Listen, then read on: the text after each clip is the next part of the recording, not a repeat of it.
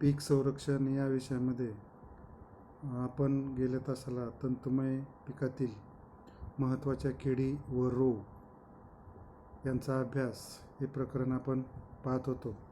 तर त्याच्यामध्ये कापूस पिकातील महत्त्वाच्या किडी व रोग हे आपण पाहिले. याच्यानंतर दुसरं तंतुमय पीक जे आहे ते म्हणजे ज्यूट किंवा त्यालाच आपण ताग असं म्हणतो. तर या ज्यूट पिकातील महत्त्वाच्या किडी व रोग याचा अभ्यास आपण पाहणार आहोत. त्याच्यामध्ये प्रामुख्यानं किडीमध्ये पाने खाणारी अळी ही ज्यूट पिकामध्ये महत्त्वाचं नुकसान करते. तर ही अळी पिकाच्या रोपावस्थेत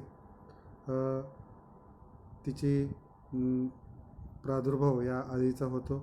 तर अळीचा रंग जो आहे तो राखी असून तिची लांबी साधारण 2 सेंटीमीटर असते. स्पर्श केल्यास ही अळी जी आहे ती गोलाकार होते किंवा लहान अळ्या ज्या आहेत ह्या अतिशय खदाड असतात आणि रोपाच्या पानाच्या बाहेरील पेशी खाण्याचं काम या लहान अळ्या करत असतात आणि जवळपासची पाने हे एकमेकाला जोडून त्या ठिकाणी जाळं तयार करण्याचं काम या अळ्या करत असतात. जसजशी या अळ्यांची वाढ होते तसतसं त्या पानांना छिद्रे पाडून त्यावरती त्या अळ्या उपजीवी करत असतात. या प्रकारच्या इजेमुळं ती पानं गळून पडलेली आपल्याला दिसून येतात. तर अशी ही पाने खाणारी अळी ही ज्यूट पिकामध्ये मोठ्या प्रमाणात नुकसान करते. दुसरी महत्त्वाची अळी जी आहे ती म्हणजे उंट अळी. तर ही उंट अळी शेंड्याकडील कोवळी पानं खाण्याचं काम करते. त्यामुळं झाडाची वाढ खुंटलेली दिसते, तसंच फांद्याचं प्रमाण वाढलेलं दिसून येतं. तर ही अळी चित्रविचित्र आकाराची छिद्र पानावरती पाडते. तसंच पानाच्या कडा खाण्याचं काम ही अळी करत असते. संपूर्ण हंगामात सुमारे 3 वेळा या किडीचा प्रादुर्भाव दिसून येतो. दुसऱ्या हंगामाच्या वेळी पिकाचं मोठ्या प्रमाणात नुकसान होतं. तर मान्सूनचा पाऊस सुरू होण्याच्या अगोदर एखादा पाऊस पडल्यास ह्या किडीचा प्रादुर्भाव हा अचानक दिसून येतो. तर ही जी कीड आहे ही अतिशय हानिकारक अशी कीड आहे आणि ज्यूट पिकवल्या जाणाऱ्या सर्वच प्रदेशामध्ये या किडीचा प्रादुर्भाव दिसून येतो. तर कीडग्रस्त शेतावर ही कीड खाणारे जे पक्षी आहेत त्या पक्ष्याचे थबे त्या ठिकाणी आपल्याला आढळून येतात. तर अशी ही उंट अळी मोठ्या प्रमाणात नुकसान करते. आणि तिसरी अळी जी आहे ती म्हणजे केसाळ अळी. तर ह्या केसाळ अळीच्या लहान ज्या अळ्या आहेत पानाच्या सर्व पेशी खाऊन टाकतात. त्यामुळं पानाचं जे बाह्य आवरण आहे किंवा सांगाडाच फक्त त्या ठिकाणी उरतो. पूर्ण वाढ झालेल्या ज्या अळ्या आहेत ह्या आधाशीपणे संपूर्ण पानं खाऊन टाकण्याचं काम करतात. ही कीड अत्यंत नुकसानकारक अशी आहे. तर या अळीच्या प्रादुर्भावामुळं सर्व पानं गळून पडलेली आपल्याला दिसून येतात व फक्त खोडच त्या ठिकाणी शिल्लक राहिलेलं आपल्याला दिसून येतं.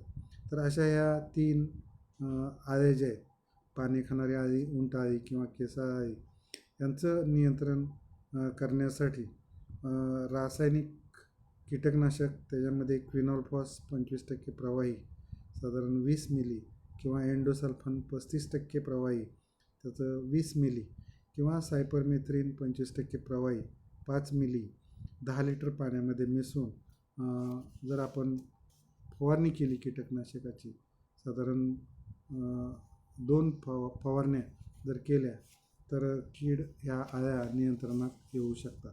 तर अशा प्रकारे या अळीचा प्रादुर्भाव आपण नियंत्रणात आणू शकतो.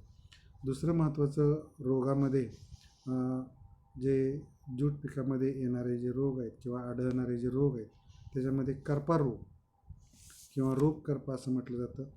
तर रोगाची प्रमुख लक्षणे जी आहेत ती रोपाच्या दलिकावर काळे व्रण आढळून येतात आणि हे जे व्रण आहेत पुढे कुजलेले दिसतात आणि पानं सुकतात किंवा दलिका घेऊन ते पानं पडलेली दिसून येतात. तर कोवळी खोडं जी आहेत ती वाळून जातात किंवा तांबडी पडतात. तर दमट हवामानामध्ये खोड काळं पडून कुजलेलं आपल्याला दिसून येतं. म्हणजे रोपा अवस्थेत हा करपा रोग आपल्याला आढळून येतो. तर या रोगाच्या नियंत्रणासाठी ताम्रयुक्त बुरशीनाशकाची जर आपण बीज प्रक्रिया केली व कंपोस्ट खत पुरेशा प्रमाणात जर वापरलं तर सामूक कमी असलेल्या जमिनीत चुना मिसळल्यास हा रोग कमी प्रमाणामध्ये येऊ शकतो. तर अशा प्रकारे आपण ह्या कर्करोगाचं नियंत्रण करू शकतो. म्हणजे कंपोस्ट खत हे पुरेशा प्रमाणात देणं आवश्यक आहे. तसंच ताम्रयुक्त बुरशीनाशकाची बीज प्रक्रिया करणं गरजेचं आहे. किंवा pH कमी असलेल्या जमिनीत जर आपण चुना मिसळला तर हा रोग कमी प्रमाणामध्ये येतो. नंतर दुसरा महत्त्वाचा जो रोग आहे तो म्हणजे खोड कुजव्या रोग. तर रायझोक्टिनिया बटाटिकोला नावाच्या बुरशीमुळं हा खोड कुजव्या रोग येतो. तर या रोगाचं मुख्य लक्षण म्हणजे पानाच्या टोकावरती किंवा कडावर सुरुवातीस या रोगाचे ठिपके आढळून येतात आणि नंतर संपूर्ण पानावरती हा रोग पसरलेला दिसून येतो. तर अशा ह्या रोगाचं नियंत्रण करण्यासाठी कॉपर ऑक्झिक्लोराईड 50% पाण्यात मिसळणारी जी भुकटी आहे ती 0.25% या प्रमाणात किंवा 0.1% कार्बेंडिझम 50% पाण्यात मिसळल्यानंतर ह्या बुरशीनाशकाची फवारणी रोगाची लक्षणं दिसून येताच करणं गरजेचं आहे. नंतर दुसरा महत्त्वाचा जो रोग आहे मान कुजव्या हा जो रोग आहे तर हा रोग ज्यूटच्या दोन्ही जातीवरती आढळून येतो. तर जमिनीपासून साधारण 10 ते 15 सेंटीमीटर खोडावर त्याची लक्षणं दिसून येतात. त्या ठिकाणी खोड मरतं आणि झाड मेलेलं आपल्याला दिसून येतं. तर अशा प्रकारे मान कुजव्या हा एक रोग येतो. तर ह्या रोगाचं सुद्धा जर आपल्याला नियंत्रण करायचं असेल तर कार्बेंडिझम 50% पाण्यात मिसळणारी जी भुकटी आहे ही 0.1% या प्रमाणात जर आपण बुरशीनाशकाची फवारणी केली तर हा रोग नियंत्रणामध्ये येऊ शकतो. नंतर चौथा महत्त्वाचा जो रोग आहे तो म्हणजे मर रोग. तर खोडावरती पिवळसर रंगाचे पट्टे आढळून येतात. नंतर हे पट्टे कालांतरानं काळे पडतात. तसंच खोड सुकून त्या ठिकाणी झाडाची मर झालेली आपल्याला दिसून येते. तर बटाटा पीक घेतल्यानंतर ज्यूट पीक घेऊ नये. तसंच कॅप्सुलॅरिस ही जी ज्यूटची जी जात आहे ती ह्या रोगास प्रतिकारक अशी जात आहे. त्याच्यासाठी पेरणी करण्यासाठी या जातीचा वापर करणं गरजेचं आहे. तर कॅप्सुलॅरिसचा ही मर रोगासाठी रोगप्रतिकारक अशी ही जात आहे. नंतर करपा रोग. तर कोलेट्रिडियम कोरकोरम बुरशीमुळं हा करपा रोग येतो. तर ह्या रोगामुळं सुरुवातीस अतिशय बारीक ओलसर तांबडे काळे ठिपके खोडावरती आढळून येतात. या रोगाची लागण झालेल्या ठिकाणी खोड जे आहे ते वाऱ्यामुळं सहजपणे मोडतं आणि झाड मेलेलं आपल्याला दिसून येतं. शेंगावर देखील या रोगाची लागण झाल्यास शेंगा सुकतात. तर अशा ह्या करपा रोगाचं नियंत्रण करण्यासाठी बीज प्रक्रिया साधारण 2 ते 3 ग्रॅम प्रति किलो बियाण्यास कार्बेंडिझम या बुरशीनाशकाची बीज प्रक्रिया करावी आणि नंतर ते बियाणं पेरणीसाठी वापरावं. तसंच रोगप्रतिकारक जे वाण आहे ते JRC 212 या रोगप्रतिकारक वाणाची लागवड करावी आणि रोगाच्या नियंत्रणासाठी कॉपर ऑक्झिक्लोराईड 0.25% या प्रमाणात 7 दिवसाच्या अंतरानं फवारणी करून आपण हा कॅप्सुलॅरिसचा करपा रोग हा नियंत्रणात आणू शकतो. नंतर दुसरा महत्त्वाचा जो रोग आहे तो ओलिटोरियसचा करपा रोग. तर कोलेट्रिडियम गिलोओस्पाराइस या बुरशीमुळं हा करपा रोग येतो. तर या रोगामुळं 80 दिवसापेक्षा अधिक वाढलेल्या झाडाच्या खोडावरती मसुरीच्या आकाराचे ठिपके आढळून येतात. तर याच्यासाठी सुद्धा कॉपर ऑक्झिक्लोराईड 0.25% या प्रमाणात 7 दिवसाच्या अंतरानं ह्या बुरशीनाशकाची फवारणी करून आपण ह्या रोगावरती नियंत्रण मिळवू शकतो. आणि नंतर सातवा महत्त्वाचा जो रोग आहे तो म्हणजे मूळ कुजव्या रोग. तर स्क्लेरोटियम सोलफिशी वेस्टमुळं या बुरशीमुळं हा मूळ कुजव्या रोग येतो. तर या बुरशीचा प्रादुर्भाव जमिनीतूनच होतो.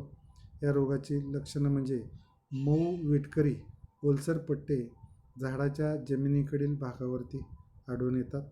झाडाची जी साल आहे ती निघू लागते किंवा त्याचे जे धागे जे आहेत ते गंजलेल्या लोखंडासारखे तांबडे दिसू लागतात. तर खोडाच्या लागण झालेल्या ठिकाणापासून ते झाड आपल्याला मोडलेलं दिसून येतं. तर अशा ह्या मूळ कुजव्या रोगाचं नियंत्रण करण्यासाठी जमिनीची खोलवर नांगरट करणं, शेत स्वच्छ ठेवणं गरजेचं आहे. तसंच जर समजा रोग दिसून आला तर कॉपर ऑक्झीक्लोराईड 0.25% या प्रमाणात 7 दिवसाच्या अंतरानं फवारणी करणं गरजेचं आहे. तर असे वेगवेगळे रोग या गायपात पिकामध्ये आढळून येतात. तर त्या रोगाचं नियंत्रण आपण व्यवस्थितपणे वेगवेगळ्या पद्धतीचा अवलंब करून नियंत्रणात रोग आणू शकतो. नंतर दुसरा महत्त्वाचा जो रोग जो आहे तो म्हणजे दुसरं महत्त्वाचं जे पीक जे आहे तंतुमय पीक, तर ते म्हणजे घायपात. तर 3 तंतुमय पिकं आहेत. त्याच्यामध्ये कापूस, तर ज्यूट आणि तिसरं म्हणजे घायपात. तर ह्या घायपात पिकावरती विशेष अशा किडी आढळून येत नाही, परंतु रोगामध्ये फक्त अँथ्रॅकनोज हा जो रोग आहे तो रोग पानावरती आढळून येतो. तर पानावरती गोल चट्टे पडून त्या ठिकाणी पान काळं पडलेलं दिसून येतं. यामुळं जो वाक जो आहे, गायपाताचा जो वाक आहे तो चांगला होत नाही. तसंच बुरशीमुळं ती पानं कुजू लागतात. तर अशा ह्या रोगाचं रोगाचं नियंत्रण करण्यासाठी प्रादुर्भाव झालेली जी पानं आहेत ती काढून टाकणं हे अत्यंत गरजेचं आहे. नंतर दुसरा महत्त्वाचा रोग जो आहे तो म्हणजे पानावरील करपा रोग. तर ह्या कोल्टेट्रिकमचा जो करपा आहे, बुरशीजन्य करपा हा पानावरती येतो. तर या रोगाचं नियंत्रण करण्यासाठी जी रोगट पानं आहेत ती गोळा करून जाळून टाकणं किंवा जमिनीत खड्डा करून गाडणं गरजेचं आहे. तसंच रोगाचं जर जास्त प्रमाण झालं तर 5-5-50 1% बोर्डो मिश्रण त्या पानावरती फवारणं गरजेचं आहे. तर अशा ह्या गायपात पिकामध्ये 2 रोगाचा प्रादुर्भाव झालेला आपल्याला दिसून येतो. तर अशी ही तंतुमय पिकावरील महत्त्वाच्या किडी व रोग हे आपल्याला या ठिकाणी थोडक्यात माहिती दिलेली आहे.